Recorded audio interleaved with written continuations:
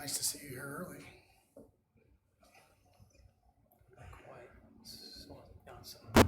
Very early. 7 o'clock in Gardner, Kansas. I'm going to call the Gardner City Council meeting to order. Please rise and join me in the Pledge of Allegiance. I pledge allegiance to the flag of the United States of America and to the republic for which it stands, one nation, under God, indivisible, with liberty and justice for all. All right, before we get into the meat of the meeting, I wanted to mention a couple of things. I'm going to make a statement. As all of you know, our country is dealing with the COVID-19 viral disease, which is caused by the novel coronavirus. We are going to be discussing several options and approaches to address some of the logistics issues that are present during this particular pandemic period.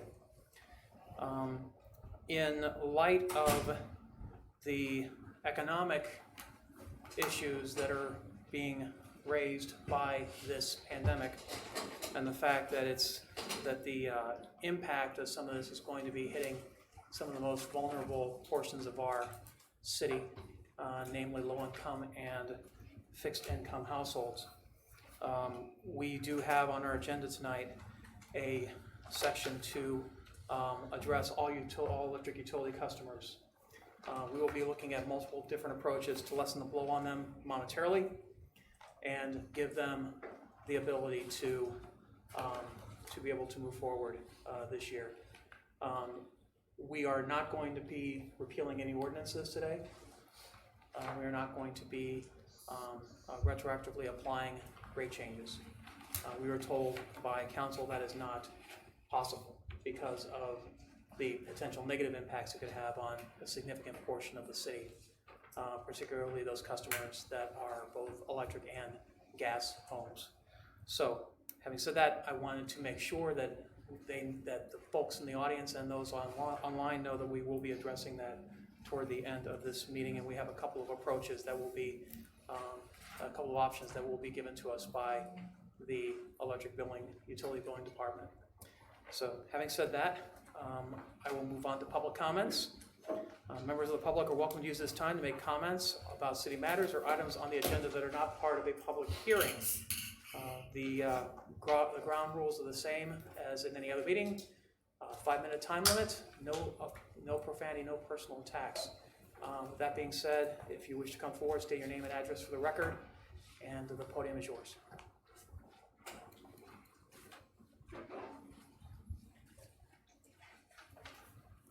Hello, my name is Kerry Prothy. My address is 32385 West 166th Street.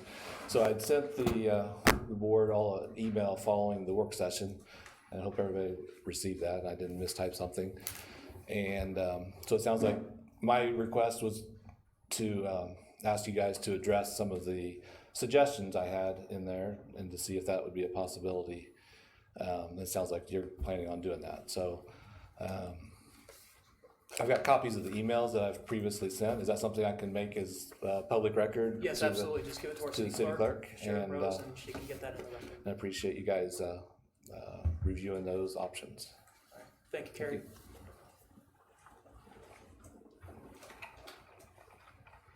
Any other public comment? Seeing none, we'll move on to the consent agenda. Is there any member of the council who wishes to remove an item from the consent agenda? Number 4. Number 4. Any other items? All right, seeing none, I will entertain a motion on consent agenda items 1 through 3 and 5 through 7. So moved. Second. Motion Milton, second Winters, that we approve consent agenda items 1, 2, 3, 5, 6, and 7. All those in favor indicate by saying aye. Aye. All opposed, any abstentions? Consent agenda items 1 through 3 and 5 through 7 pass. Consent agenda item number 4. Consider authorizing the execution of a contract with Little Joe's Asphalt Inc. for the 2020 pavement management program, the asphalt portion. Councilman Gorsuch, what's your question? Thank you, Mayor. I don't see Michael Kramer here, but perhaps Mr. Pruding can address. The question I have is, will the current apron of the curbing that we have throughout our city be addressed, or will that be done by the previous contractor? So, for example, in my neighborhood, Willow Springs, there's a, I don't know, 3 to 6 inch kind of apron between where the asphalt ends and the concrete curbing begins. And I believe Councilman Moore brought it up, and it still exists in the same condition that it did then. So I just thought I'd use this as an opportunity to ask that question. I don't believe the current the new contractor would be taking action to correct the previous contractor's mistake. That's correct. Okay, so when should we expect that mistake to be addressed? I cannot answer that myself. That's something that we have to talk to Michael. Okay. Michael had something come up that, No problem. an issue that he could be here. That's all I had, sir. All right, that's fine. We can make that determination, but it would not affect this particular issue here. We would have to go back and seek recovery. Yeah, as I said, I didn't know if it was the new one or the previous one. So. Yeah, it'd definitely be the previous because they did the work. So, all right. That being said, I will entertain a motion on So moved. consent agenda item 4. Second. Motion Gregorczyk, second Winters, that we authorize the execution of a contract with Little Joe's Asphalt for the 2020 pavement management program. All those in favor indicate by saying aye. Aye. All opposed, any abstentions? Consent agenda item number 4 passes. All right, we'll move on to the planning and zoning consent agenda. Is there any member who wishes to remove this item from the planning and zoning consent agenda? All right, seeing none, I will entertain a motion on the planning and zoning consent agenda. So moved. Second. Motion Melton, second Winters, that we approve the planning and zoning consent agenda. All those in favor indicate by saying aye. Aye. Opposed, any abstentions? Planning and zoning consent agenda passes. There's no committee recommendations this evening, no old business. New business item number 1, consider approving the city's contribution to health insurance premiums for the 2019-20 plan year. Alan Abramovitz, Good evening. I know you've got good news, so I do have good I'm very news. happy to see you. So, let's see if I could get, okay. So, at the, well, first of all, with your permission, on the CAF, rather than starting on the first page, I'd like to start on the second page of the agenda, or of the CAF. At the top, to give you some background information. So at the January 21st, 2020 City Council meeting, the City Council approved entering into a 3-year agreement with CBIZ Benefits and Insurance Services for employee benefit consulting services. Since the approval of this agreement, city staff has worked closely with CBIZ to determine the best health insurance option for the city of Gardner.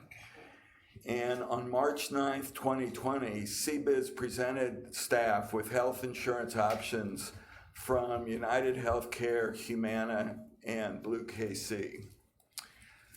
After reviewing the options, staff determined that Humana offered the best plan from both a cost perspective and from a standpoint of comparability with the current plans offered by NPR.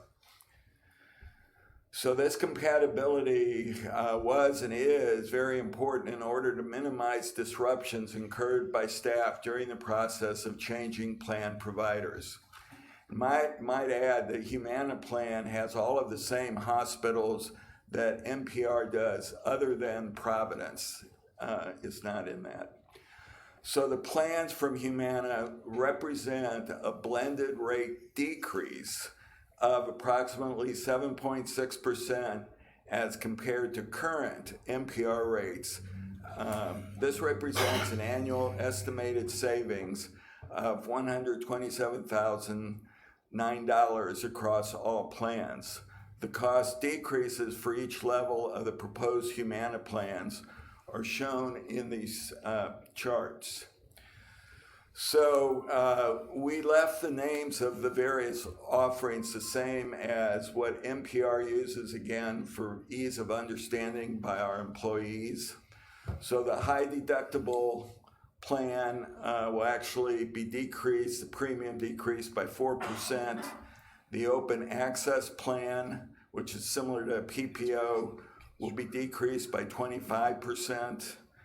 The in-network only one, which is a little richer than the two, will be decreased by 21%, and the INO2 by 13 to 15%.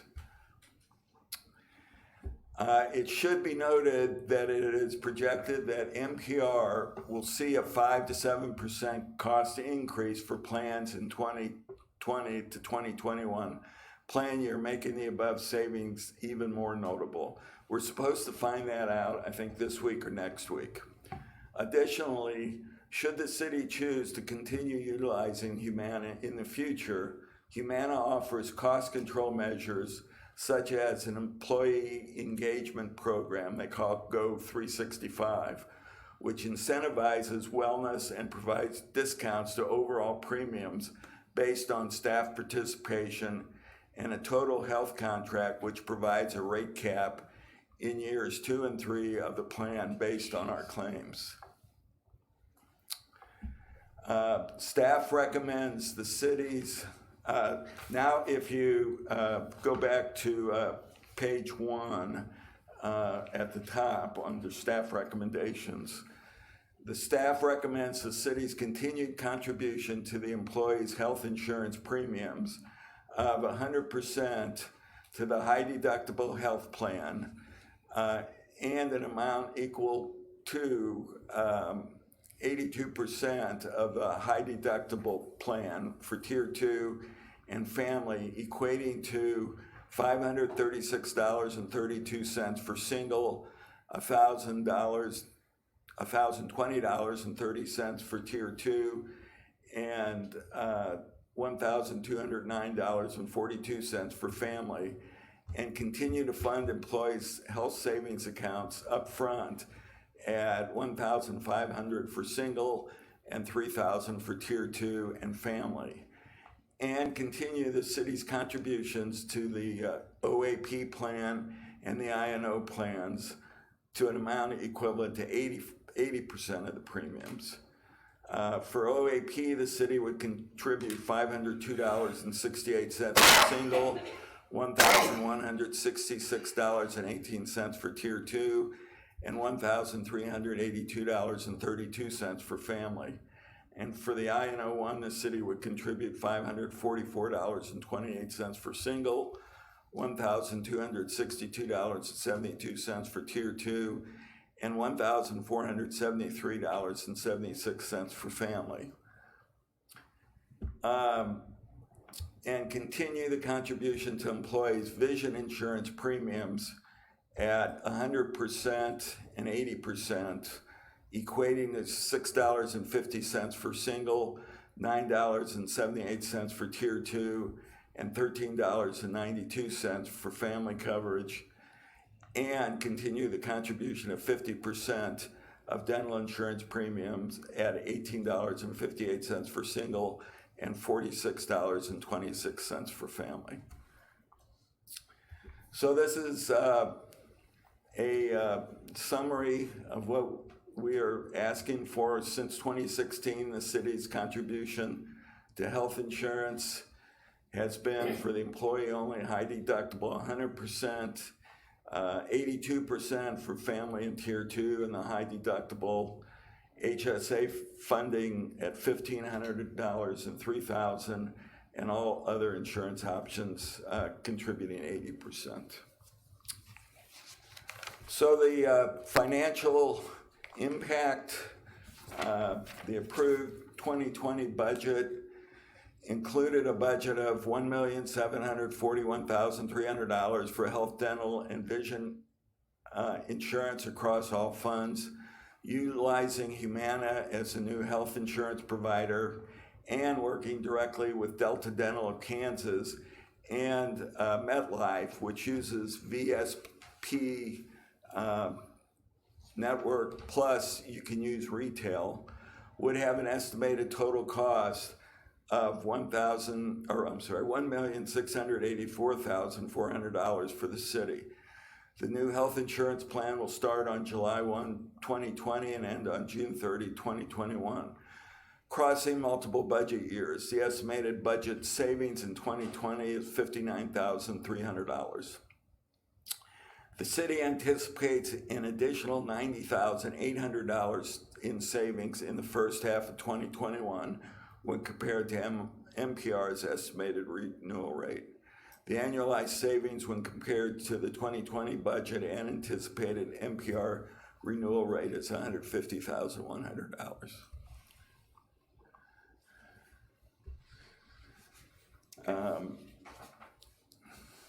Let's see here.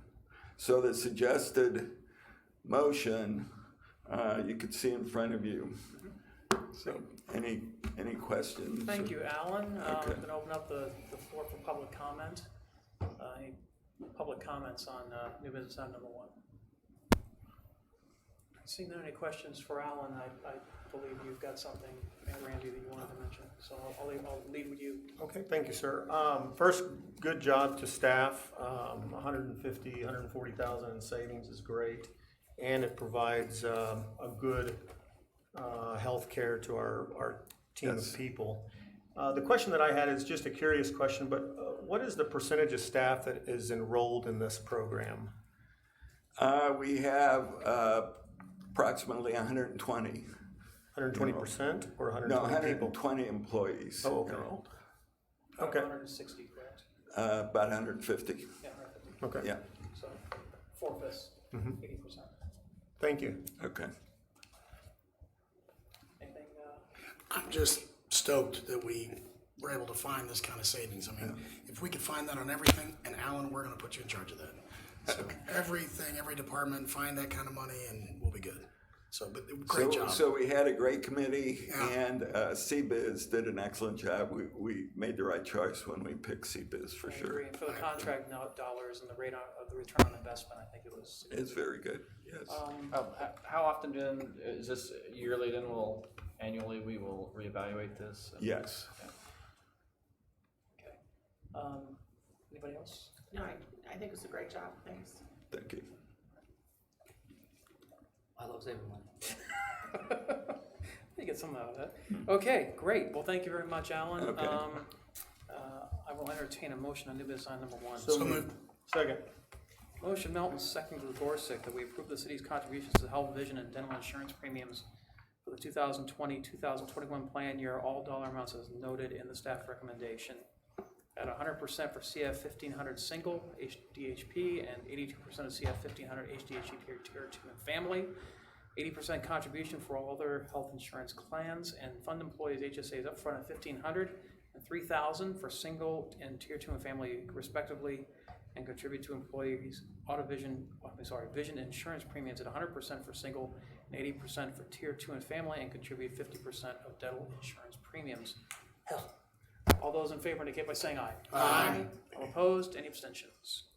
New business item number 1 passes. Good work, Alan. Thank you. Thank you. Thank We're you. gonna have to call you Bruce Kimmel. Oh, okay. Every time you come up, there'll be good news, right? I hope so. All right, excellent, thank you.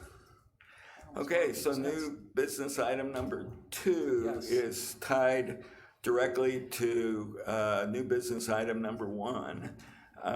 As you know, obviously, we were or are part of Midwest Public Risk, or MPR. So we need to consider and pass a resolution authorizing the city to withdraw participation from Midwest Public Risk of Kansas health, dental, and vision programs. We will stay in their risk programs. So the staff is recommending approving a resolution authorizing the city of Gardner, Kansas to withdraw participation from Midwest Public Risk of Kansas health, dental, and vision programs.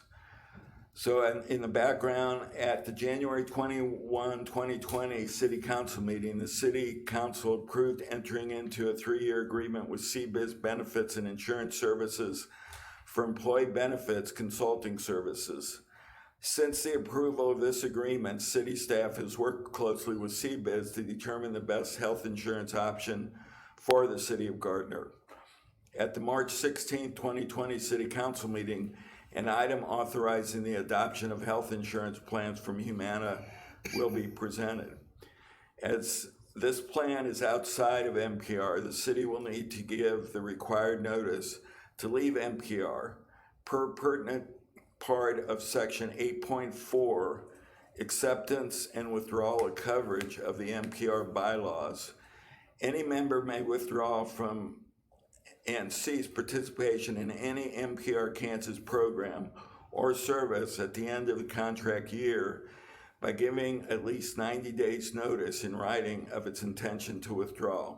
A member's request for withdrawal shall specifically state which program or service the member desires to withdraw from and must be accompanied by a resolution adopted by its governing body which expresses the governing body's intention to withdraw.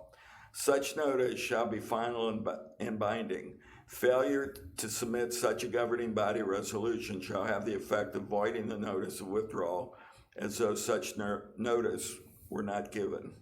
And of course, we ran all this by actually a couple of attorneys to make sure we were all good. So, as the city's contract year with MPR will end on June 30, 2020, a decision to withdraw participation must be rendered at the March 16, 2020 City of Gardner City Council meeting in order to fulfill the obligation of providing 90 days written notice. So the attachments include the resolution, which again has been reviewed by Ryan, and so the suggested motion is to adopt resolution number 2049. Great. Thank you, Alan. Okay. Any public comment on new business item number 2? Seeing none, any questions from the council? I mean, obviously, we've already made the decision, so this is kind of a housekeeping item, as Laura said. Correct. So I will entertain a motion on resolution 2049. Moved. Second. Motion Melton, second Baldwin. We adopt resolution 2049, a resolution authorizing the city of Gardner, Kansas to withdraw participation from Midwest Public Risk of Kansas Health, Dental, and Vision programs. City Clerk, will you please call the roll? Councilmember Dvorak, Yes. Councilmember Melton, Yes. Councilmember Roberts, Yes. Councilmember Winters. Yes. Councilmember Baldwin, Yes. Resolution 2049 passes. And new business item number 3, consider authorizing the execution of a 3-year contract with National Insurance Marketing Brokers, LLC, for employee benefit counseling and administration services. Alan. So this is actually tied to our new insurance plan. We actually need to have a company that processes or enrolls the employees in the program. And so the staff recommends authorizing the city administrator to execute a 3-year contract with National Insurance Marketing Brokers for employees benefit consulting and administration services. As a side note, this is the same company that the Gardner Edgerton School District uses, and they provided a good reference for them. Background description is at the January 21st, 2020 City Council meeting, the City Council approved entering into a 3-year agreement with CBIZ Benefits and Insurance Services for employee benefits consulting services. Since the approval of this agreement, city staff has worked closely with CBIZ both to determine the best insurance options for the city of Gardner and to prepare to leave Midwest Public Risk. At the March 16, 2020 City Council meeting, items authorizing the adoption of health insurance plans from Humana and adopting a resolution authorizing the city of Gardner to withdraw participation from MPR will be and has been presented. As part of the transition away from MPR, the city will also need to obtain the services of a broker for providing ancillary insurance options to city staff. CBIZ met with city staff and offered 2 options for these services. One was called Explain My Benefits, and the second one was called Benefits Direct, named in the attached contract as National Insurance Marketing Brokers, LLC. After demonstration and comparison of each company's products, City staff determined that Benefits Direct offered both the best services and best price for services. The ancillary coverage options to be offered include cancer, accident, short-term disability, critical illness, permanent life, voluntary life, identity theft, hospital indemnity, and prepaid legal. All of those are voluntary benefits. That's up to the employee if they want to enroll. Additionally, Benefits Direct offers benefits administration services for all of these ancillary products, as well as for the medical, dental, vision, voluntary group term life, group short-term disability, flexible spending, and health savings accounts. This includes a technology platform available for use by all staff to better manage and understand their individual benefits. The city currently uses American Fidelity for these benefits. Staff who wish to keep their benefits with American Fidelity will be able to do so. However, they will not be directly billed by American Fidelity rather than having these benefits paid for via payroll deduction. So the financial impact is for 1 year of this 3-year contract, the fees are waived. In years 2 and 3 of the contract, a fee of $2.50 per employee per month will be assessed. This equates to $30 per employee per year. As the number of employees is subject to minor fluctuations, there will be minor fluctuations in the total cost of this contract. Assuming an average of 150 employees, the cost to the city would be $4,500 per year for years 2 and 3. As stated previously, fees are waived for year 1. This equates to an estimated total cost of $9,000 over the 3-year span of the contract. The city of Gardner does not pay employee premiums for these ancillary coverage options. It should be noted that Benefits Direct does offer an option where these services would be provided to the city at no cost. However, this would require switching products and coverages each year of the contract, which may be highly disruptive to the employees and to city staff involved in the administration of the benefits. So the attachments, of course, include the services contract, and we have the motion to authorize city administrator to execute the contract. Great. Okay. Thank you, Alan. Any public comment on new business item number 3? Seeing none, any questions for Alan? I have one question.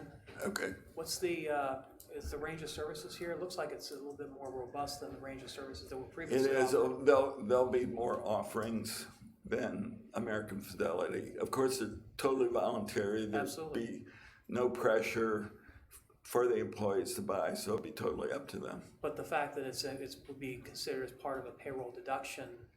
Yes, the it payroll deductions will be makes it looked more at as a convenient. benefit to employees. Correct. Absolutely. Absolutely. And Mayor, playing off of that comment, which is a benefit from a payroll deduction perspective, those that are having to pay out of pocket, are they taxed or treated any different than as if it were a payroll Some of deduction? them are, some of the insurances are pre-tax and others are not. Okay. I just hope we know, or communicate that to staff then. No, we do. Okay. We definitely do. Thank you. Any other questions? All right. I will entertain a motion on new business item number 3. So moved. Second. Motion Melton, second Winters, that we authorize the city administrator to execute a 3-year contract with National Insurance Marketing Brokers LLC Benefits Direct for employee benefit consulting and administration services at no cost for year 1 and at a rate of $2.50 per employee or per month for years 2 and 3. All those in favor indicate by saying aye. Aye. All opposed, any abstentions? New business item number 3 passes. New business item number 4. Yeah, you're busy, Alan. I am busy. Consider adopting resolution providing for the adoption of addition of Article 6-107.3A of the Personnel Policies and Procedures 2018 edition for the city of Gardner, Kansas. So, of course, this is a result of the situation that the country is facing regarding COVID-19 or the coronavirus.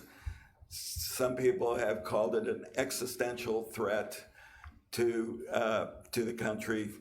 But the background on this is, according to Article 6-107.3, the City of Gardner, Kansas Personnel Policies, 2018 edition, employees may utilize their accrued sick leave for the following purposes: personal illness or injury, an appointment with a healthcare provider, to attend a member of the employee's immediate family whose illness requires the employee's presence, to attend to wife or that must be spouse or family in the case of a new child, and any other leave provided for by the Federal Family Medical Act. So Article 6-107.3 further states that employees have the option of using accrued vacation leave when sick leave has been exhausted. Employees may request a leave of absence without pay if all paid leave has been exhausted.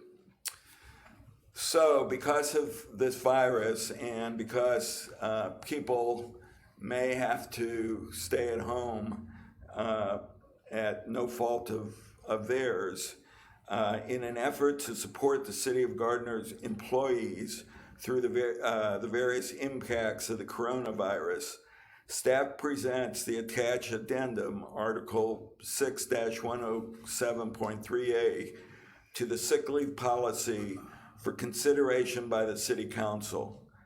This addendum shall be in effect commencing with the passage and adoption of the City Council, and shall expire only when the state of emergency declared on March 13th, 2020 by the Johnson County, Kansas Board of Commissioners has been lifted.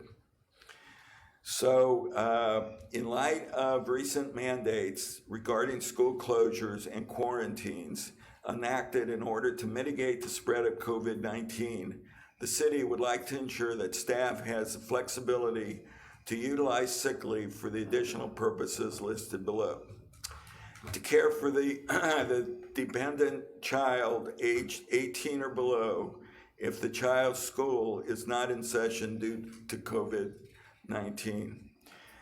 This shall not include time during which school was previously scheduled to be out of session, such as spring break.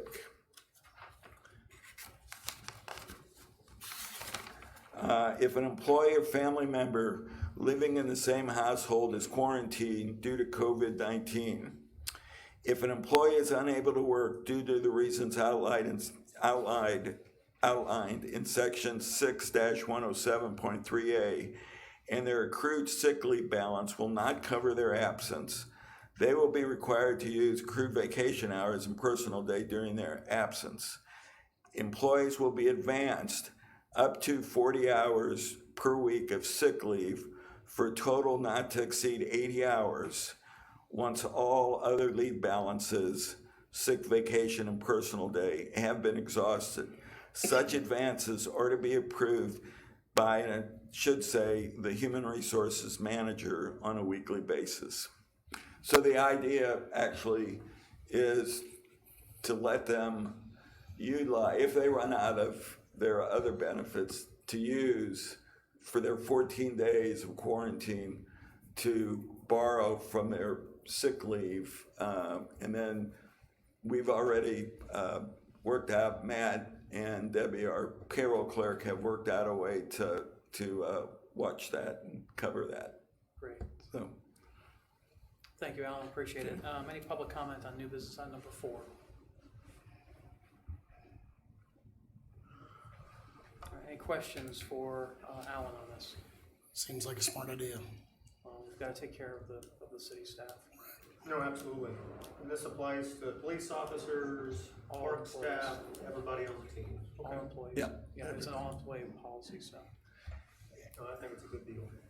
and I just saw, Jay just showed me, I don't know where that came from, but that all Gardner Edgerton schools are closed for April the 5th. Till April 5th, yes. Yeah. Yeah, that announcement was just made? Okay, all right. Okay, any A other? quick question for clarification. Mr. Bronwyn, Abramovitz, excuse me, my mouth is very dry. That's okay. You indicated that there were a couple of times where you indicated it should say, in asking for the adoption of the resolution approving this, are you asking for the adoption of the amendments as amended? Yes, I think I said it should say, just at the top there, under background and description of item to 10, and it is okay to say 2Y for family, so that was my misstatement, but everything listed, I believe. You wanted it to be spouse or family, and if I recall. That was at the top, that's not being amended, that's already, Okay. yeah, that's staying as is. And then the part where it says their department director, you indicated that was. Well, I think it supposed to was, it's been revised. Okay, as long as Yeah. what's being approved is, The one they have, it says human resource Thank manager. you, Chuck. Correct. Right. Thanks for making sure we're good. staff was moving fast today. I know. Yes, they are. We've been You have no turning idea on what we've dimes been going the behind last the several scenes, days, right? as a matter of fact. Yes, but thank you for that clarification. Okay, Chuck. thank Appreciate you. it. All right, with no further ado, I'll ask for a motion on So moved. resolution 2050. We have a motion? Second. Give it to Motion- Todd. Yeah, I'm gonna give it to Todd. Motion from Gorsuch, second Winters, that we adopt resolution 2050, a resolution providing for the adoption of the addition of Article 6-107.3A of the Personnel Policies and Procedures 2018 edition for the city of Gardner, Kansas. City Clerk, will you please call the roll? Councilmember Baldwin, Yes. Councilmember Gorsuch, Yes. Councilmember Melton, Yes. Councilmember Roberts, yes, Councilmember Winters. Yes. Resolution 2050 passes. Thank you. All right, new business item number 5, consider options to address all electric utility customers. Jim Pruding, I guess you have to hit the podium on this. And I know that things have been kind of fluid the last few hours, so let's give a background if you could, please. Just a slide one. So you'll notice there's no content in there. We had to pull the ordinance at the last minute. So at the end of the last meeting, Councilman Winters had talked about a few different options that we didn't have information for, like phasing in the rate stuff. So we started the week with gathering that information, and Amy and Matt did a great job, worked through the weekend to get this done. Today, Mayor Shute came to us and brought up the idea of maybe repealing the ordinance and going back to January 1st and basically starting over to give us time to give relief to the customers that were most effective and to give us time to look at the rate study again. What we found out a few minutes before the council meeting was that if we went back, we don't have the authority to raise the rates on the customers that got a rate cut. So the option narrowed a little bit. We could still, I believe, repeal the ordinance if, going back 3 months, we didn't raise the rates and just instituted a new rate after our ordinance was passed, but go back and address the rates for all electric and commercial. We could go back and we don't really have a firm estimate on what that would be. Have an idea of, and Matt didn't want me to do this, but I believe it'll be around $75,000 that we'll lose out by not being able to go back and raise the rates on that class. But then we could just go forward till, give people time to prepare, better educate, better notify, and then institute the rate change on January 1st. So there's a number of options. We do have information on what it would be to phase in. We have another option that was presented by Amy was to look at a payment holiday that would be kind of give people a break in between their winter and summer rates. There's a number of different things. She has information to present to council if during your discussion you want to determine if any of those options are feasible or that we can get a consensus on moving forward. If we get a consensus, we can come back either in a special meeting or come back at the next council meeting with an ordinance to make any adjustments. Okay, thank you, Jim. Sure. Background for all this. The world has fundamentally changed in the last 7 days. Yes, that was a big key, yes. The fact that we are seeing significant economic impact from COVID-19 and the Yes.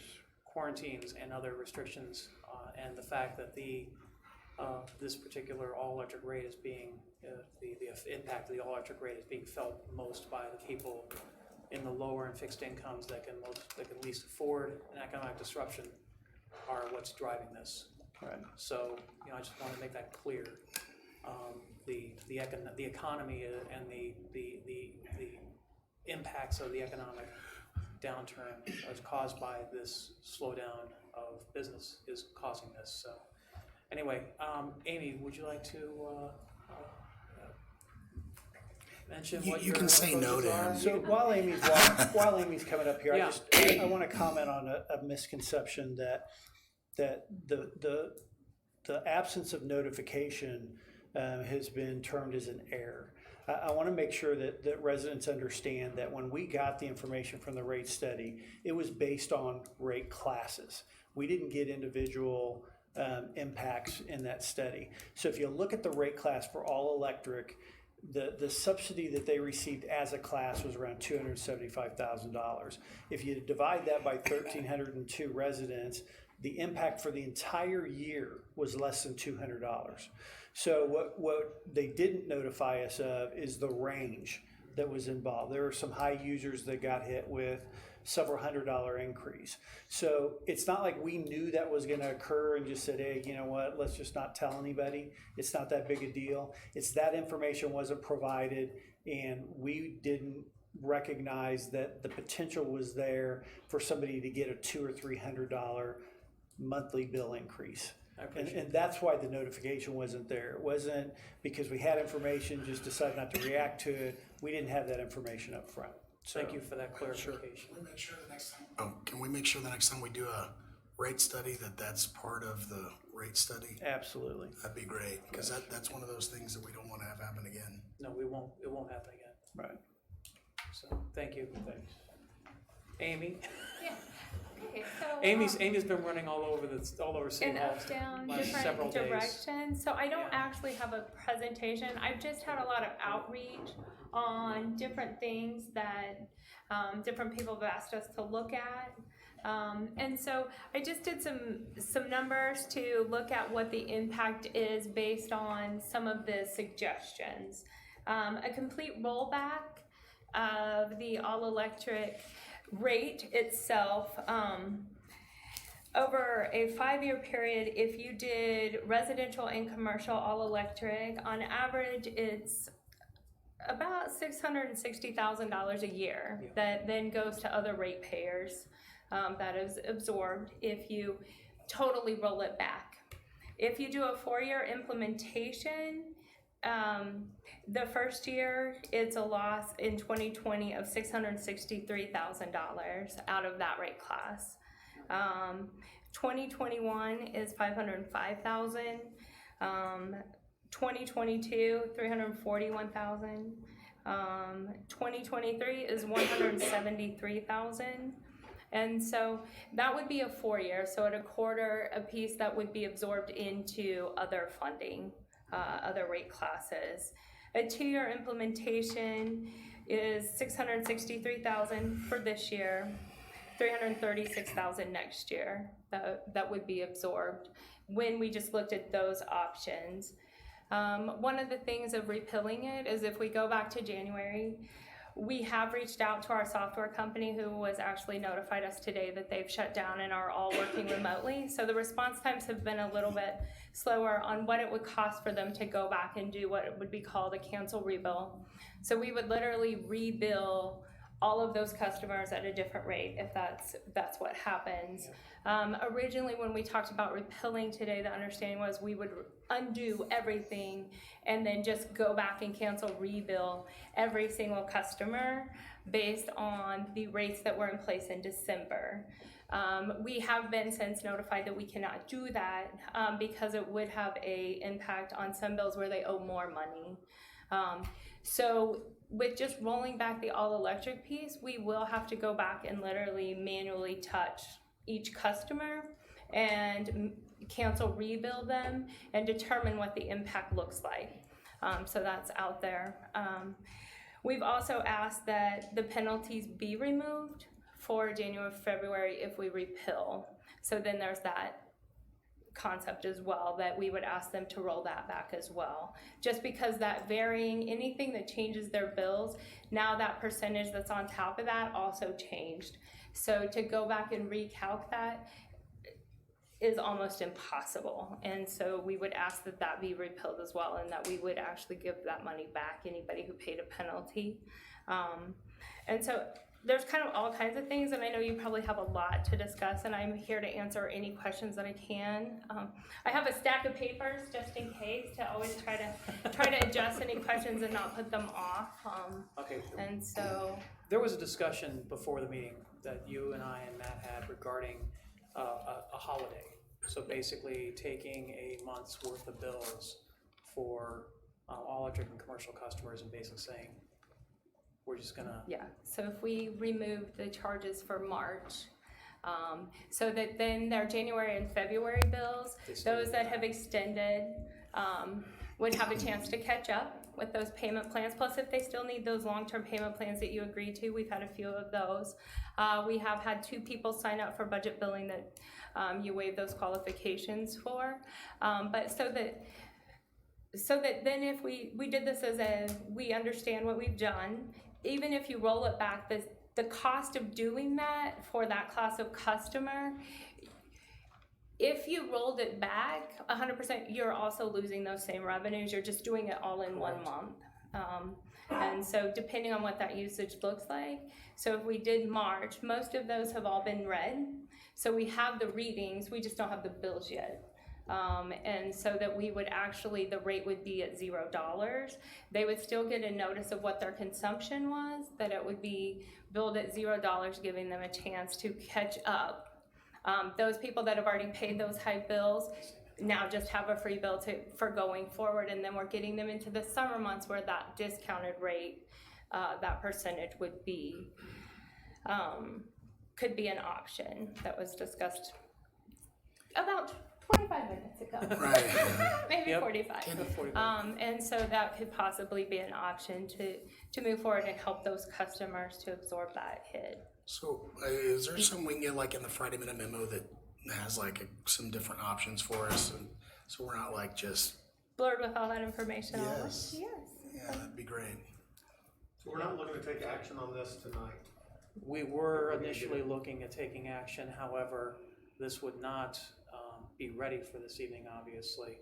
I'm intrigued by the holiday option simply because, 1, it doesn't require us to make any changes to ordinance. 2, it will, give those folks that are getting most heavily impacted by this rate increase relief, which is the most important thing. And 3, it's gonna be easiest on us from the standpoint of administrative adjustments, because we're looking at, again, going through each bill individually for, 1 or 2 months to make those changes. And I think Is it something just a else too. one-time holiday, or is Yes. it every March? It'd be one time. Just a one-time? One And time. then notification that they know that this is coming for the next. And I think one of the other things to consider is that repealing it back is, if you go back to the rates last year, there's a 2% decrease that happened to our customers. There also is a discounted rate in the summer months. So if we repeal all the way back and don't pass new ordinance, we're actually undoing those items as well. Correct. So now you're impacting a lot, you're impacting every customer. And our commercial classes, we went to small, medium, large, we're undoing all of that as well.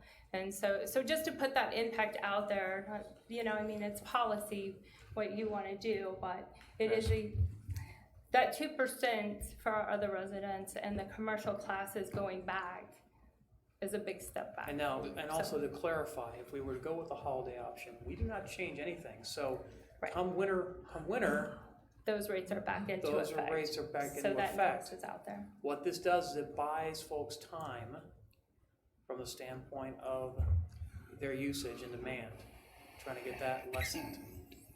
So, yes, Is this, are we talking commercial as well, or just residential? it would be all All electric. electric. That includes. So, that and that's up includes to you, commercial. I mean, it was just, again, one of those options to throw out of how can we move forward, but give some relief based on directives.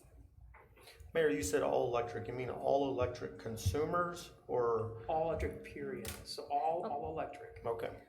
So you're talking about both commercial and residential. So the Electric heat. 1,302 plus the rest of our customers. Okay.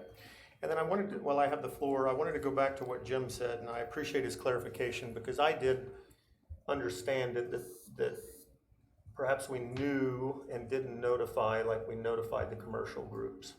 So I appreciate that clarification, and to Councilman Melton's point, I do hope we learn from this mistake is what I would call it, so that we can better serve our customers, because our customers don't have any other choice, so I appreciate the Let me make a clarification. clarification, Councilmember Gorsuch.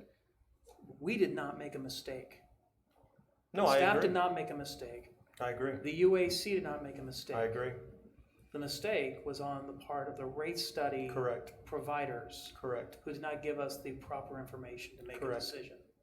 So, you know, and that will be rectified. We will be, when we have a next rate study, it's going to be different. Now, I'm talking about the presentation of the data, Mark.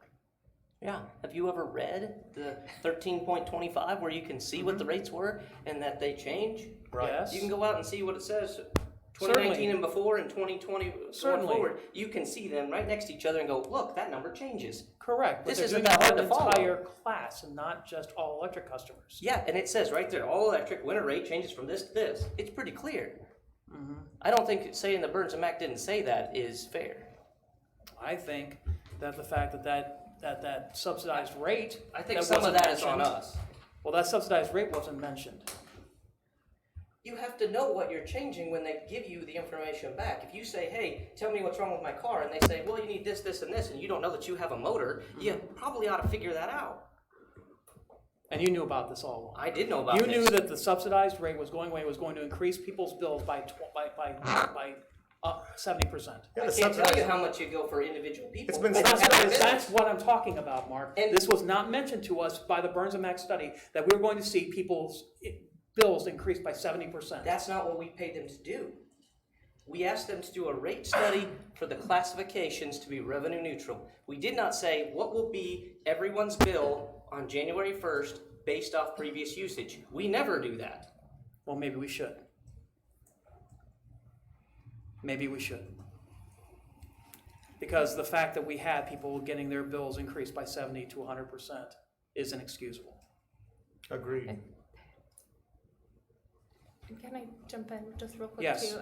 On the rate study, when you get into the weeds of that, when you had that class, it showed for all electric residential, it was a little over 1% over the year. Yep. And so just to clarify that, the two, we saw those numbers and those rate changes, but the overall impact to the class of customer and to the annual revenue source, it was a little over 1%. So it seemed very insignificant when Over an we entire year. allowed them to combine it into the residential class Over the entire year. over the entire year and all 1,300 customers. I can tell you from looking at 500,000 transactions over the weekend, I spent hours on this, okay? Literally went through 500,000 transactions, okay?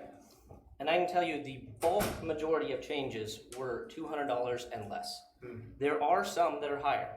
Don't get me wrong. 5 and 700. But number one, that's not something you know because we don't know who the customers are and what their individual usage is. Right. That's not what we pay It's for all demand in the driven. study. Yep. Okay, number one. Number two, you're always going to have a few customers in any the commercial side or the residential side that use a lot more than the rest, and they are going to get hit harder. That's just what it is. But to essentially say, yeah, we paid all this money for a rate study, we haven't implemented it yet, let's just throw it out. We're not. You're essentially doing that. No, we're not. We're not changing a single ordinance item at all. No, we're kicking the can. No, we're not. Sure you are. If you do a holiday, if you do any of these options mentioned already, Okay? we are losing money based off the rate study because Yes, we're not we are. implementing it. No, we are implementing Okay? it. You're not. You haven't implemented it yet if you do a holiday. I don't think that's fair. Then You're talking about that this is because of an economic downturn right now. Absolutely it is. Okay, it's gonna be worse in the future. You don't think this is gonna cause a recession? You don't think these people are gonna be impacted further when this bill is hitting them this winter? And we're already to the point where we just need to rip off the Band-Aid, and we're providing the assistance from utility billing to spread it out. We're almost through the winter months. And you're gonna, if you rebuild, we're gonna spend money on that. Everybody gets all this figured out. Then we start all this process over again. Yeah, with 7 months of lead time so that they can work on getting their usage down and work on getting alternatives to all electric. Yes, but we're talking about for a very small percentage of the entire population. You're going to affect the entire population for a very small percentage that this is almost over and can be worked with How utility are we billing. affecting the rest of the population, Mark? If you don't implement this study, we saw the numbers from GONS. I don't know if anybody paid attention to that. I did. The biggest takeaway from that slide was that 18, 19, and 20 numbers were worse disparities than they were in 16 and 17 when this study was done. We're not rolling back the rates. Agreed, but there's already probably going to be a change on this same classification in the next study. Correct. And any delay of that will only make it worse. We're not delaying it. You are if you you give a holiday and you have to recoup those funds somehow. They don't magically show up later. You're correct. So how do you plan to get that money back without a future impact to rates? What's the impact of this if we do a holiday ballpark? We know we don't have the total numbers. If we do, it would approximately be between $320,000 to $350,000 if you did all electric residential and commercial customers. For 1 month. For just residential, $230,000 approximately, based on what last year's usage would have been. Okay. And that's gonna break our electric utility? Just wondering, that's a question I'm asking. The goal is always to keep it revenue neutral. Neutral. So if you essentially raise your Correct. expenses, you have to adjust revenue. Right. Okay, well, the problem is, we cannot do that. I wanted to do that. I wanted to have an ordinance repeal passed. And that would have kept us revenue neutral, but it's not going to work, because we can't do it. So either go revenue negative and give some folks a chance to prepare, or we don't do anything and they're gonna be struggling. One or the other. You tell me, Mark. We're almost through the point of their struggling. And we've provided them an option to spread out the payments. So That's not gonna work we for have already commercial. provided an option to mitigate this. We screwed up, okay, regardless of who did what, right? We've acknowledged that this isn't good. We need to rip off the Band-Aid. I know people don't want to hear that because it is an impact to certain people, but we are providing a solution for them. What about the commercial customers? What about them? We gave them a letter, we implemented it, we voted on it. What are you asking? They're asking, there's a 20% increase on some of those commercial bills, or more. And do you want that subsidized by every other residential customer? Do you want you paying for Walmart? Well, don't worry, they'll probably close in the next 3 months if, we end up Not if they sell blowing toilet their paper. margins. I think that's not I don't think that's a valid, argument at this point. What's not valid? That the numbers don't lie? No, what's not valid is that we're clinging so hard to them right now. Clinging to the numbers that we're not using so that we can make this worse in the future. This will make this worse. I guarantee you, in 2 1 years, month will you make will this see worse. this come back as a problem. If you do any effect here that raises our expenses. So you can do it now or you can do it later. I knew you came for a fight tonight, I understand that. I just came to say what the data tells me. And the data is one thing, pragmatism says something else. And what I'm saying is that we are in an economic crisis right now. And we're not gonna be in the future. Well, tonight we just had a conference call with the emergency response people from Johnson County. Mayors, city administrators, the heads of county government, Wyandotte County, Unified Government, and Johnson County. We are going to be closing all bars and restaurants starting at 12:01 a.m. tomorrow morning. all bars and restaurants that do not have a carry-out or delivery option.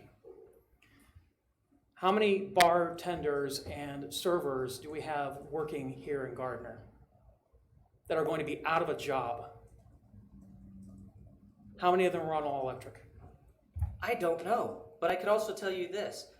Whatever that number is, they're almost done paying their winter bill now, and they are adjusting for it. But if in 6 months we give them the same amount that they have to pay, and they haven't had a job for 6 months, do you think they're gonna go, oh, thank you so much? And then we raise rates on them again? I am strenuously disagreeing here. Well, that's fine. We can disagree. So Mayor, if I might, I've got a recommendation, and I did speak with Mark, and I know he and I looked at a lot of the same data that Amy provided. There was a lot of data, Yes, nonetheless good seeing data. most of the same data. So what I would suggest is that we leverage the pilot to help offset the difference. It's 6 of one, half dozen of the other, Randy. I mean, if it's coming from, Well, we're not out as much money. no, we are out the same amount of money. Because the pilot comes from the electric fund. It's the same fund. Correct. So it's not, all you're doing is just changing the pocket and paying out of a different pocket. Okay. So you're not saving money. Well, if you don't want to hear me, then so be No, it. please go on. But I mean, how would the pilot make a Well, difference? we have about, Matt, how much do we have in the electric savings account? If you had the electric fund and the electric reserve fund combined, I think it was around 15 million. How much? 15 million. $15 million. Yes. So what I'm suggesting is that we tap into that, and I called it a savings account for a reason. Tap into that savings account to offset the electric, keep everything whole, keep the rates, keep the classifications correct, offset the pilot to where the pilot is only being distributed at 3% instead of 5%, and use that to support the offset that you're talking about versus a 1 month, $350K, $330,000. So you're looking at making this permanent.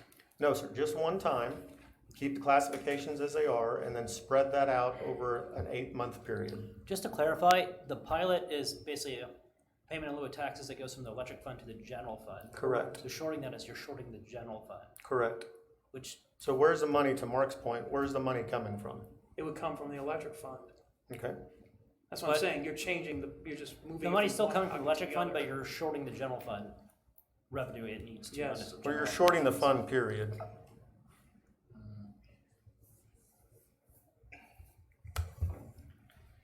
I don't think it's gonna work like you're thinking. No.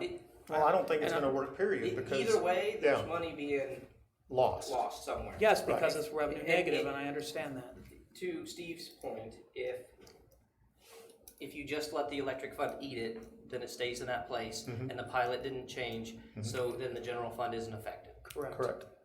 Fair enough. Right, and honestly, I mean, you've Well, been trying if to change the pilot for like 2 years, so I don't. Yeah, I this is like understand, and I another ran those chance to numbers do as it. well.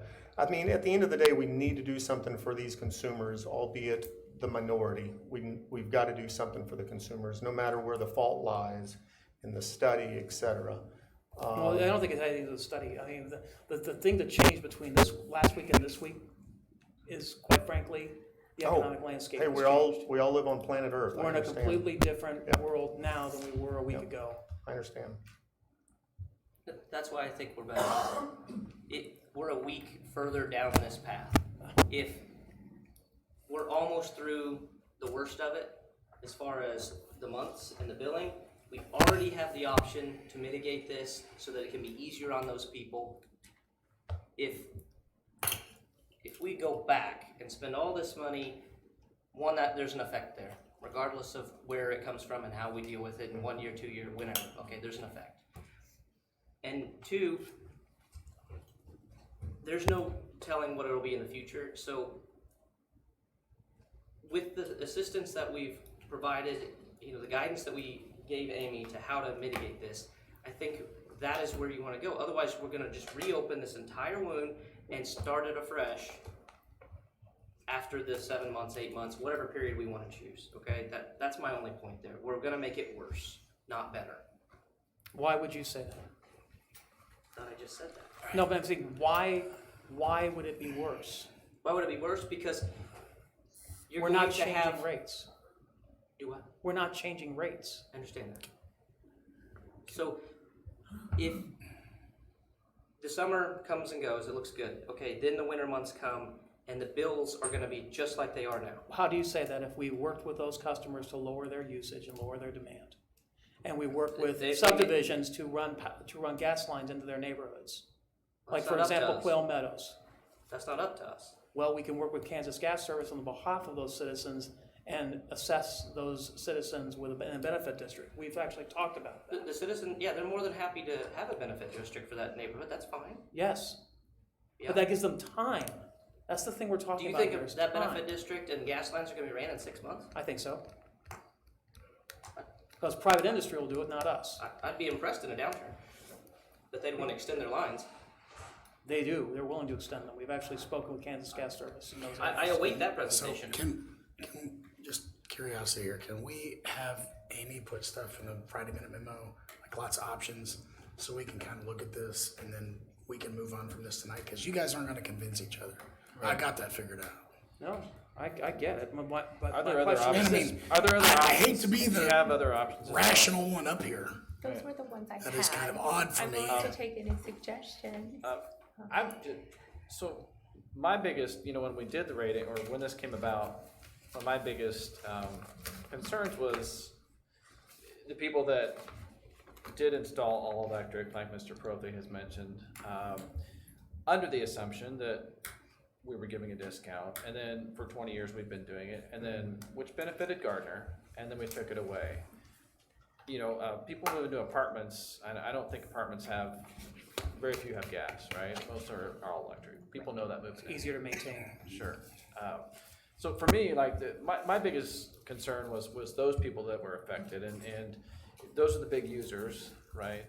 So are there options to, and I believe Mr. Prothy brought this up, but to find that middle ground, like once you reach a higher level, there's a discount, and then it stops at a higher level beyond that. So say it's 1,200, and then it stops Create a at donut hole. 3,000. Yeah. Yeah. So you're kind of affecting those people, because the apartments, those users, like if you were to guesstimate their increase for the apartment users, it can't be huge They amounts. ranged from, so the apartments like Moonlight, Nottingham, Horizon, those assessments that we showed last week, I think, ranged between 5% and 14% based on this year's consumption.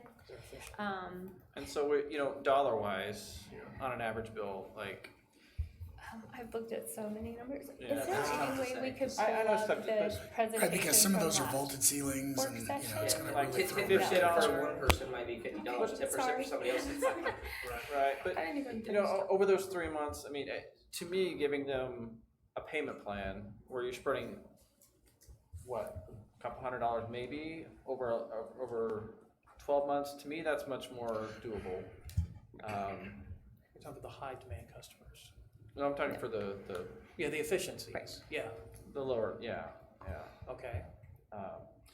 Again, my biggest concern was the people that those single family residential, that many of them may have built knowing that, or many of them purchased knowing that. That's where I feel like we need to at least address it for the short term. So if there are any options for that, that's kind of where I'd be more apt to lean to. Well, the problem is we can't just favor one group. Well, I'm We saying. can do whatever we want. It had At the this point, you're dollars, throwing I out the rate believe, studies, you can do whatever if you want. You could find the one that had the apartment complexes that showed the dollars, but, to do that would be an ordinance, because that you're changing a rate. And so we did do away with all of our step rates. But again, that would be a policy of bringing you back an ordinance that is reclassifying, so we're gonna recreate another all-electric class that we did away with. I'm not interested. And then have a step rate is what that would imply.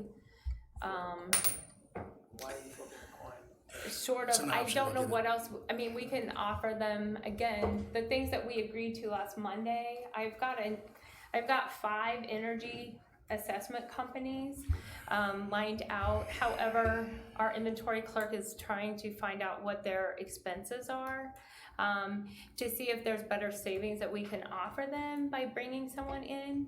But short of doing anything other than that is involved with how we bill with the rate structures, we would just need to bring it back to you as an ordinance request. I mean, the biggest things we have to drive down that demand curve. Yes. It's the demand that's causing this problem. Yes. It's not necessarily even the rates, it's the demand on those. You mean high usage? Yes, high usage, yes, high demand, high usage, same thing to me. Thank you. Demands for the commercial customers, it's actually an Well, actual thing. you're correct, and I'm saying just wanna be demand clear. for a reason, Yeah. because all those all-electric UAC nerd over customers, there. all those all-electric commercial customers that were under no demand charge are now feeling a demand charge. And that's a significant portion of that additional money that they're having to pay. Okay? So yes, I use demand for a reason, but the same thing as usage. And I will say that, so to go back to the commercial customers, the all electric, because they do have a demand meter, the 2 largest ones, we have dealt with a lot this week and have sent utility staff out to get as many reads off their meter as we can to figure out when their peak is and working with them on those kind of things. Something that's coming on our residential side is the smart meters. And those smart meters will be reading electric consumption every 15 minutes. And I know when we did our work session or town hall meeting, some of the customers that came were impressed with what they would be able to do when they saw that usage, because they knew that as soon as, say, they turned on something, they could look and see how it impacted their meter. And so they felt like those meters were going to allow them complete control over their consumption. And if they had something that was a problem, that they would be able to control that, such as a space heater. So like I've dealt with a lady who, come to find out, she's using a space heater in the bathroom, and so but she was leaving it on. And so just to see the difference on cutting that back has been a help to her, because she didn't realize how much it would carry because it was such a small space, but it wasn't one that had a thermostat on it. And so just little things like that are some of the things that we've tried to offer people, is the knowledge of that, but it doesn't really help with what they've already received. So anything else like that would probably I think be that's one of the something. things that we were looking at doing, is helping to give some education on usage. Yeah. And trying to disincentivize high usage, because that's what the whole point of removing that all-electric discount was about, is disincentivizing high usage. Mayor, point of order, are we gonna open this to public comment or? Well, it's a regular business item, so yes, we could open it to public Yeah, comment. sure they will. Even though we don't have a council action form with an action on it, we can open it up for public comment. And Sharon was able to bring up the presentation that has the dollars. Great, I see so- that, thank you very much, Amy. And so Appreciate they're all on there. it. Okay. So, Yeah, I'll go ahead and open up for public comment on new business item number 5, although we won't be deliberating or passing anything this evening.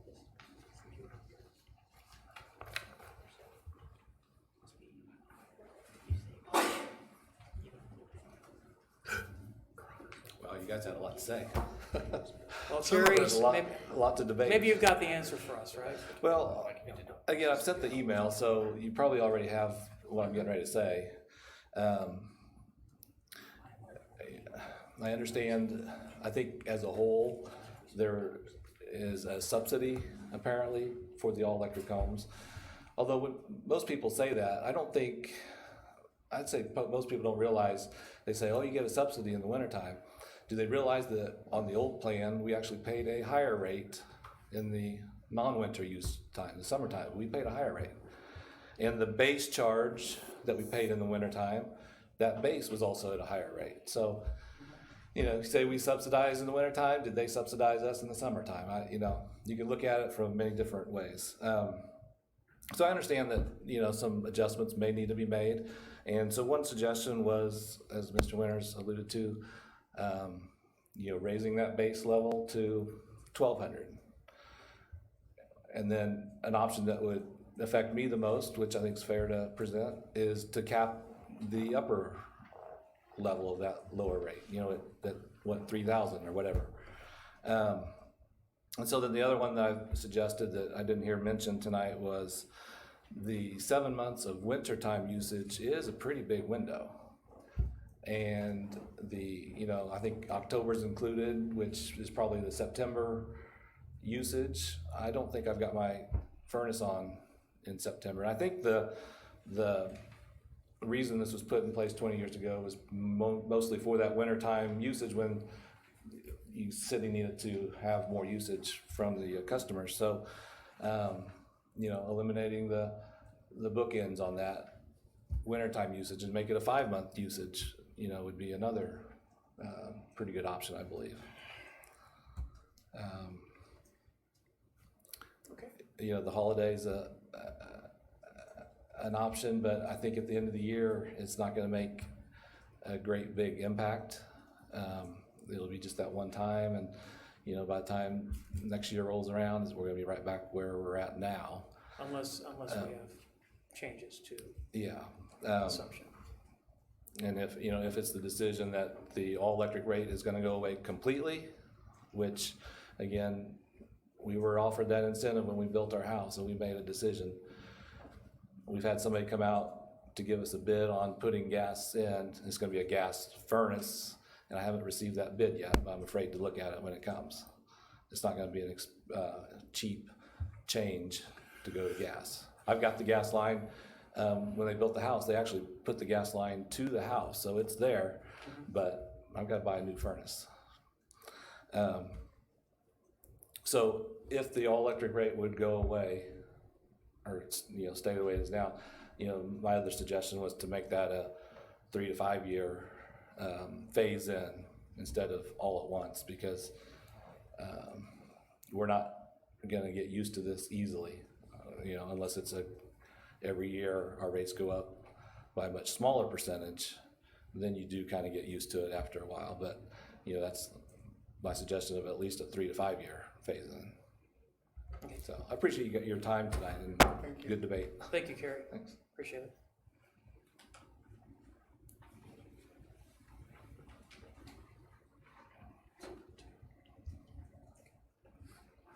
Hi, I'm Maria Jang.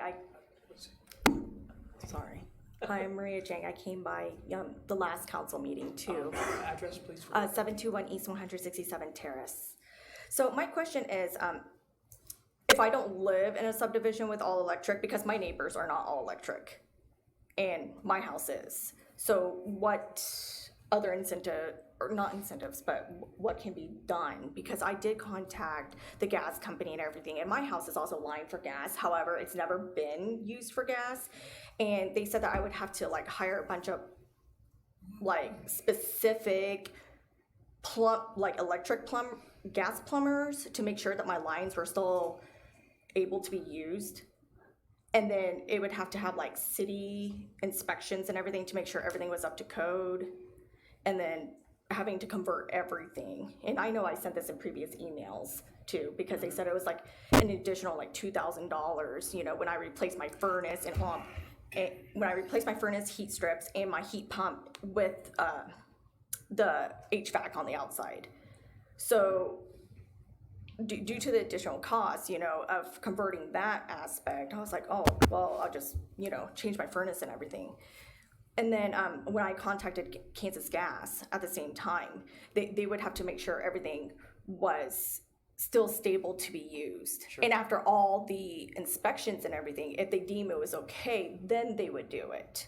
So I'm not sure how much all this money would consist of hiring all these additional people. And I'm not sure what else I can actually do, because I've already upgraded all my homes, my HVAC with the heat pump, the furnace with heat strips. I mean, I've done basically all the big ticket items. Yeah, I'm just kind of lost for words. And I've also contacted Evergy in regards to their rates, and they do offer an all electric step. And I did email that document to everybody in regards to their winter months and summer months. So maybe, you know, like Mr. Prott said, you know, their consumption rate before the discounted rate was 1,000 kilowatts, whereas, you know, City of Gardner was 800. And, you know, to increase the pricing a little bit or something, you know, to compensate so that we can meet that level versus, you know, the city paying more and we're paying a little bit less, or whatever the situation is. Okay. So, and also, I wanted to put out there that that random customer picked was resident number 1 was me. So, you know, based off of the presentation, you know, the months of January and February, mine was a 41% increase, if I recall correctly. And whereas, you know, all those numbers that were presented and calculated from 2019, it was supposed to be a 14% increase. So that's a significant difference, you know. So please reconsider whatever we can do to come to a conclusion, you know, a good compromise. I'm not asking for the same amount from before, because not knowing the significance of it or the differences after the discount after the 800 kilowatts being used. But maybe to compromise and go up a little bit, but not to the significance of the 10 cents for winter. So, Thank you. thank you. Thank you, Maria. Thank you very much. One more quick thing. Yeah, let's make sure we don't have anybody else. Anybody else anybody else wish to address the council on this? All right, Well, real quick, Todd. also, just looking at these numbers you put up for Nottingham, yeah, if you give them a rate holiday, they're gonna actually save, I mean, yep, more than they've paid additionally. Like, their March bill was 118 last year. If you give them that off, like you said, we don't have to pay March. According to this, their difference so far has been about $60-something, right? Yes, So you would actually be giving them double back what we, to give them, yeah, so based on their consumption for this coming month, yes, that holiday would be, that it would be at 0, right. so, as a. This is what I'm getting at. I'm not trying to be heartless, and I know that's how it came across talking to Steve. But all of these things that have been brought up, we need to incorporate and discuss in the next rate study. And I understand that that's down the road just a little bit, but to change everything now will have an impact that I guarantee you is detrimental. And then this is gonna come up again and be another issue then. We already have it as an issue now, and we have a solution to mitigate. We can't fix 100%, so.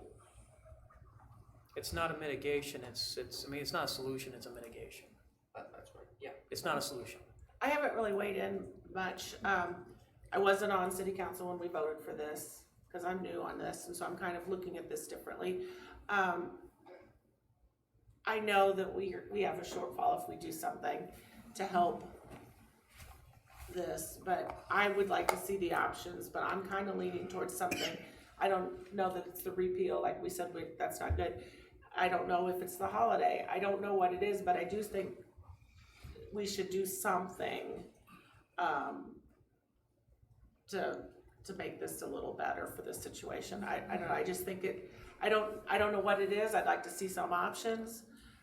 I know there'll be a shortfall, I understand that, but I don't know, is it phasing in gradually? Is it the holiday? Is it something, a little bit of both? I don't know what it is, but I'd like to see options. What if we looked at an option at a per kilowatt price of 0.05 as an example, and give them a credit for the next 8 or 9 months versus a holiday? That would be a pain for the billing system. Yeah, right. Yeah. It'd probably be It's easier to do hard the to holiday. It's a pain for the determine customer what as that well. impact was, I mean, short of running, I think we run into the same thing as the rate study did. Based on, we're so seasonal, depending on what the summer looks like, that could be a huge amount, or it could be smaller, depending on that consumption. So I think it's Just a somewhat giving recommendation. them a different rate, I guess, and pulling them back out and making them their own rate class. Well, I just don't want to lose the momentum of this rate study. I don't want to lose momentum of the new rate classes. That's why I was suggesting if we gave them a nickel per kilowatt of reduction, that would keep us whole and limit perhaps. Are we talking about making a change to the power cost adjustment? Correct. No, that would No, apply to everybody. no, That would apply, not, yeah, exactly. That would Mark's apply to right, everybody. Mark's right. So that can't happen. This would be a special for a certain class of customers, which basically would mean there would be a new rate class created. Yes, by we would the have to create the new rate class because we add, or repeal and start back at that. Well, I'd be interested in the options you guys have then. Well, we've been talking about them quite a bit, and I know Mark's concern. Well, I'm just as concerned as Mark. I mean, we've talked, I've looked at the same numbers he has. I just want to be a part of the solution, not the problem. And we have a problem in front of us. Our customers or our citizens have a problem in their pocketbook. They were not, I mean, whether coronavirus was upon us or not, just set that aside for a second. And I'm being G-rated, we hose these folks. And we've got to make it right, in some fashion or form, while understanding that there is going to be a revenue loss, and we've got to understand what that palatable loss is on the revenue side while taking care of our customers, because they don't have another option if they're all electric. I don't think you have to convince most of the folks on this dais that that's something we need to look at. Okay? Okay? I think that I mean, to be honest, well, one of the tenets that we have as a governing body is that we be fiscally responsible. Correct? Okay? And that doesn't mean hosing one group by helping another group, I understand. to use your phrase. Okay? So, we have an electric fund. We have a very robust balance, but we cannot just use that as a slush fund either. It's I'm gotta not be- suggesting that, sir. It's gotta be, done in a measured way, and we've got to have the right numbers. And right now, we don't have the right numbers because we haven't had the time to put the right numbers together. So we will wait on the Friday minute memo. Is that too soon, by the way? And in all fairness, is that too soon to gather up the information? It's a lot, and there's been a lot going on, so I apologize that I don't actually have them, because I was hoping to be able to bring you everything possible tonight. Because I mean, collectively, since I got the information from, who was that, Jim? Amy? Well, yeah, I know Amy, and I thought there was more people, I apologize. But since I got that information from you, and I think Mark Baldwin got the information, I've collectively spent about 6 hours since I got that information. I mean, I went cross-eyed. Because I'm passionate, and I'm passionate about this. It's very complex. There's a lot. Yeah, I mean, I've got a pieces bunch to of this. pivot tables and all kinds of stuff, and the data you sent was, some was apples and some was oranges, but at the end of the day, I'm just trying to find the best solution for both the customer as well as the city with nominal revenue loss and the best option for the pocketbooks of our citizens. I understand everything you just said. We will come back with options.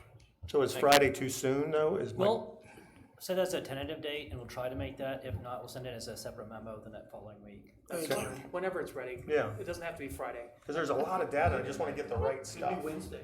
Could be Wednesday, could be Wednesday. What time is it? Question, Hi. other Oh, than yeah. me, That is time's there a not till particular 11, revenue so- number that everybody's comfortable losing? Because that's really what, it sounds like the decision outside of what I've said is how much are you willing to stomach losing and pushing to the next time? For me, it's when I look at these numbers and then I can kind of go, let's just play with this a little bit and see where it goes. And we With don't the know, different I options. don't think we can make an intelligent decision on exactly what the magic number is until we know what the impact I is. just Well, want I to. guess define impact. What is it you're trying to achieve here? Nobody has an overage of over $100? Well, No, because Or, I mean, what does that mean? it will depend on when I look at the stuff. So, and I'll be honest with you, I never thought I'd say this, but I'm ready to get back to watching coronavirus coverage because this is like not going anywhere. On initial, I thought the holiday sounded good, like I was like, that's awesome, but then Todd brought up the holiday, this person would get like double back, like, so. Correct. Maybe So it's it's gotta be not a equitable. full holiday, maybe it's gotta- half a holiday It's or gotta be something. equitable. I don't think And half I a think- holiday. Or whatever it could Good, be, but I know it what would have you're to be saying. something. Because there's, as we said, there's several different types of all-electric households and businesses. Some are low usage, and so they have a minimal impact. Some are medium usage, they have a greater impact on them.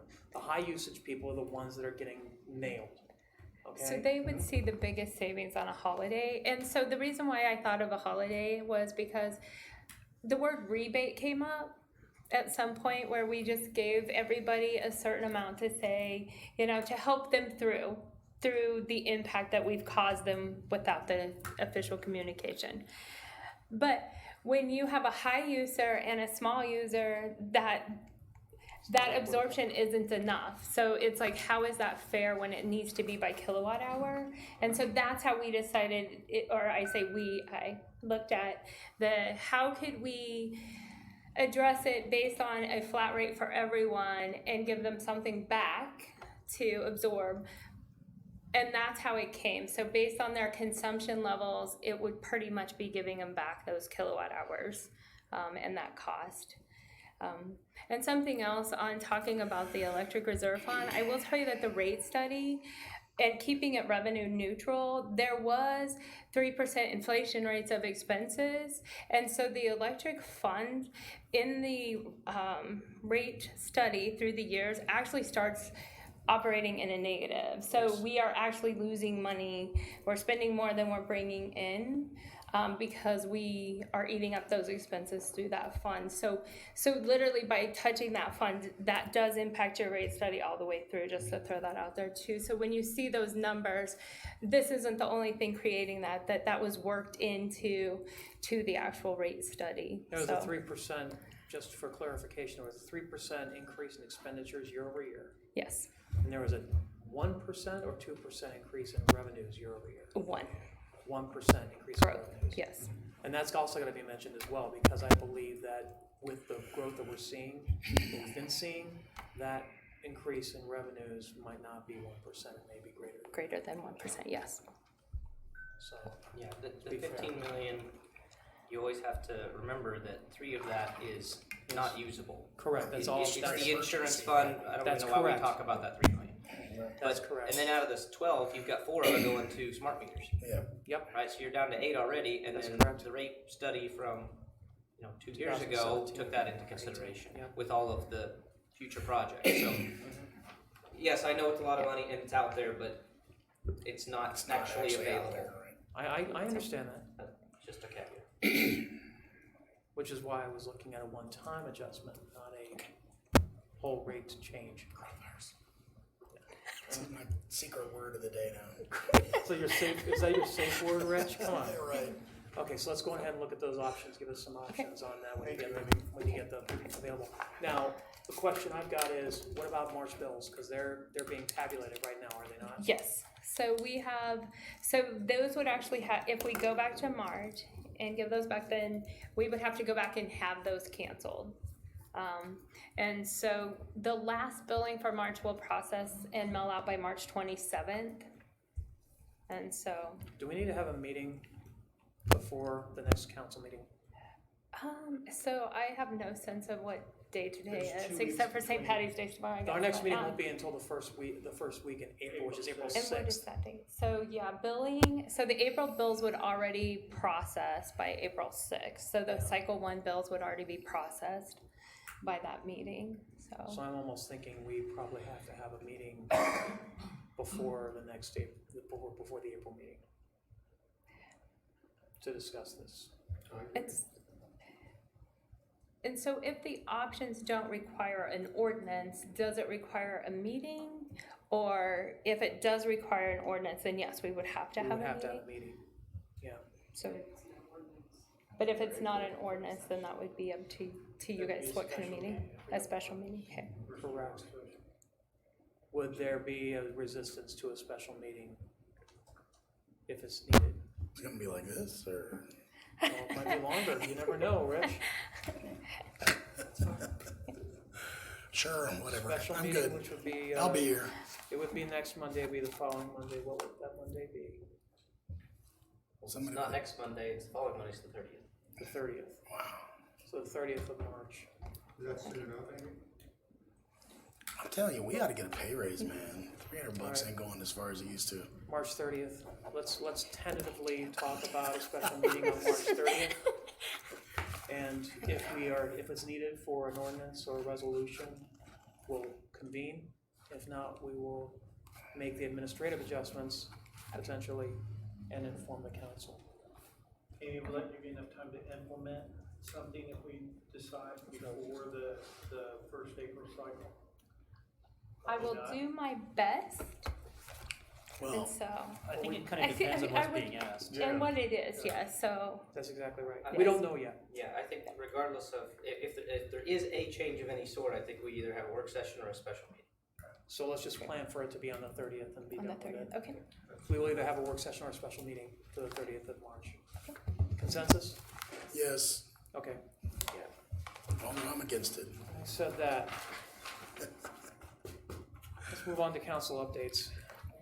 Does staff have anything for council? I'm gonna start with Mr. Dunlay. Nothing, other than to update you, Mayor probably have heard, if the rest of you haven't, it has been coming in. Virtually everything's gonna be closed until April 6th in Johnson County. All Johnson County school districts have been ordered closed, all meetings of up to 50 people and more, and they're gonna be closing down restaurants. It's like we dodged the bullet And there's tonight. guidance, I think there's guidance coming from the World Health Organization and CDC that they're trying to limit gatherings, especially the CDC, that they're trying to limit gatherings of more than 10 people in one place in public. Yes, they would prefer to limit to 10 right now, we're at 50 of the emergency orders issued. Well, just at this dais right here, we've got more than 10 people. Correct, So- so it's something for, 50 would be outside of compliance, and if you ended up having a special meeting and 50 people came, you'd have to stop the meeting. Because you can't keep people out, We're gonna have to have a just council probably and immediate staff, I would say. you can't do But you that. can't do that because it's a public That's meeting. illegal. So what's happening is that's for you to consider.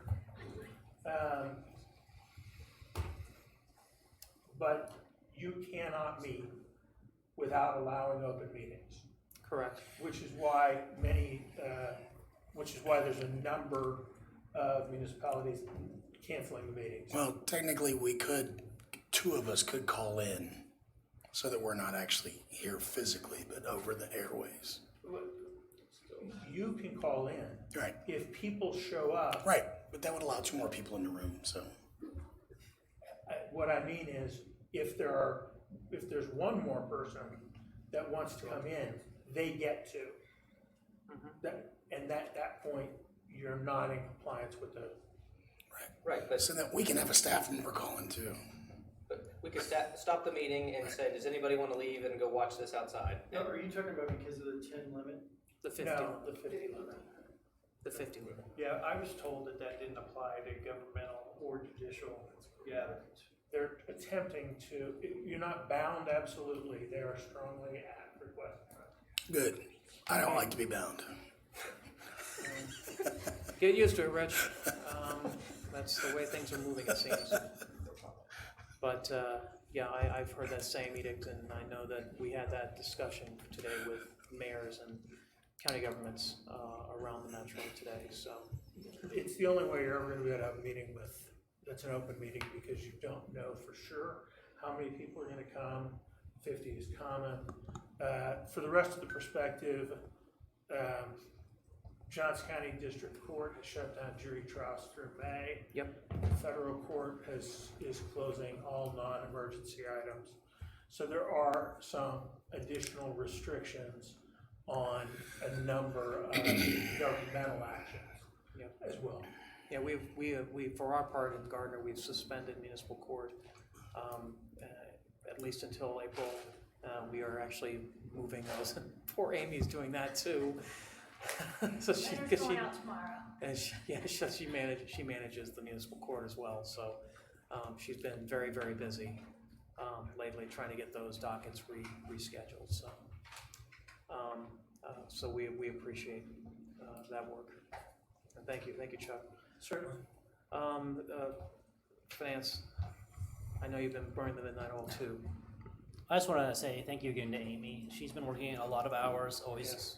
extremely professional, high customer service, even though I keep throwing new options at her to calculate out. So do we, so, She's been fantastic, and also her staff has been fantastic for the last few months, working with customers to help them through these issues.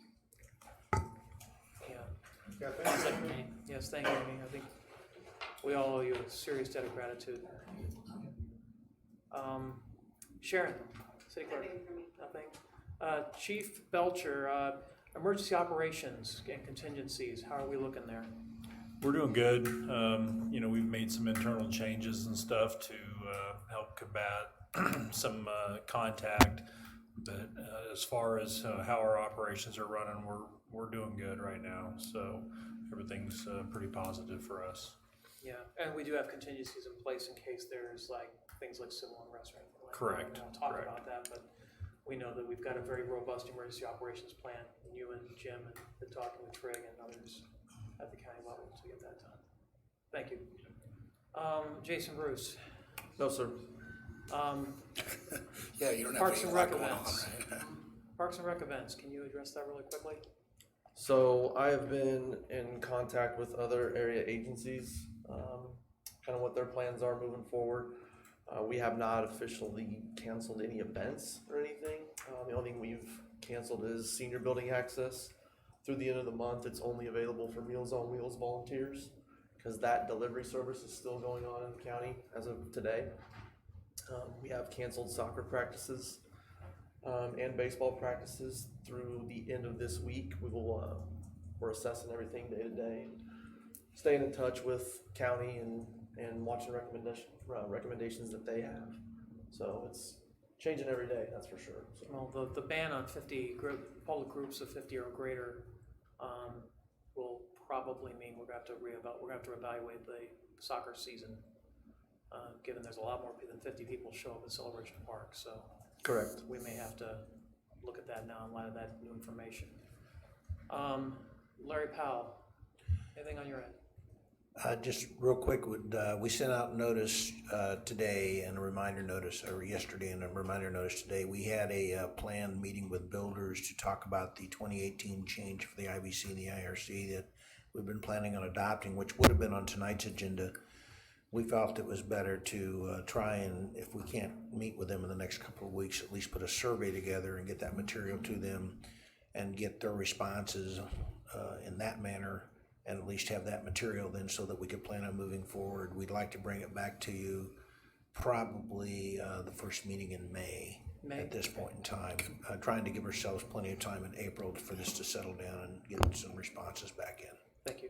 Could I ask that we send that survey to the Kansas City Home Builders Association and ask them if they can send that out to their folks to comment on? So even though those builders aren't in Gardner, excuse me, that they're seeing that we're asking questions and trying to get feedback from them. So it may drive interest for them to come to Gardner. Sure. Thank you. Yeah, what happened, Larry? So once my vocal cords finally wake up, warm up, I'll be fine. But since I have to be quiet forever, it sucks. Give me three straight minutes of talking and it'll come back. But when I get quiet, see, it's coming back now because I'm actually talking. I hear that. But it's terrible. Well, I'll tell you what. Imagine me talking all day long and I'll tell you all of a what, sudden I stop. We're at the point now where we're going counsel for staff. So guess what? You're going to start. So you can keep talking. Are you just gonna skip me? Oh wait, I'm sorry. Go ahead. Here's the line button. City Administrative Recruiting. My apologies. Go ahead. I know you've got quite a bit. So. Yeah, so first I appreciate everybody's consideration on the sick leave policy. That was important to our employees and staff. I tried over the weekend to give you updates as I received them. Things happened so fast last night and today that I wasn't able to give you updates. I mean, things were changing by the minute. The Mid-America Regional Council has coordinated kind of a group task force to look at things so we can look at what other cities are doing. We've reported the things that we're doing. So one of the things that we concentrate on today as a staff is talking about continuity of operations or critical functions and how we would, department by department, ensure that we were able to keep up with the things that we have to get done. So I got that information this afternoon and I'm going through it. So you may start seeing some changes in scheduling. Staffs can start working from home in some manner or fashion. Don't know the number yet. We may start working split shifts to try to decrease the number of people in City Hall. So we are trying to be proactive, and the changes are coming quickly. You may not get notification before it happens, but I will make sure I'll let you know when those decisions are made. So try to look out for the best interest of the employees and make sure that we get the things done that we have to get done. Greg worked last week about setting up a VPN so we could do remote desktop. We had limited function in that area before last week, but now everybody has that opportunity. So we're working at it. I'll keep everybody notified. You have a no PJs policy? Yes. Good, okay. Yeah, and I will vouch for exactly PJs?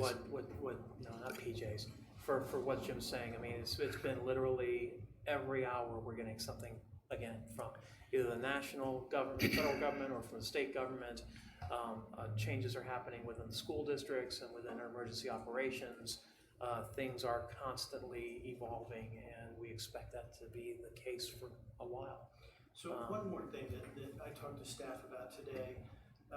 Some jurisdictions have already made this commitment, but if it comes to it where it's mandated that we shut down City Hall, on whether employees still get paid in that event. The reason that I didn't bring it up in the sick leave or in that policy is because it may be accompanied with some funding at the federal level. So I thought it was premature to have that discussion, but it could come up on us really quick. There were 3 conference calls today with 200 people, and a decision was getting ready to be made. Trump said something on TV, and everything just kind of went out the window. So it's a discussion that we may be having sooner than later. I agree. If you give that some thought.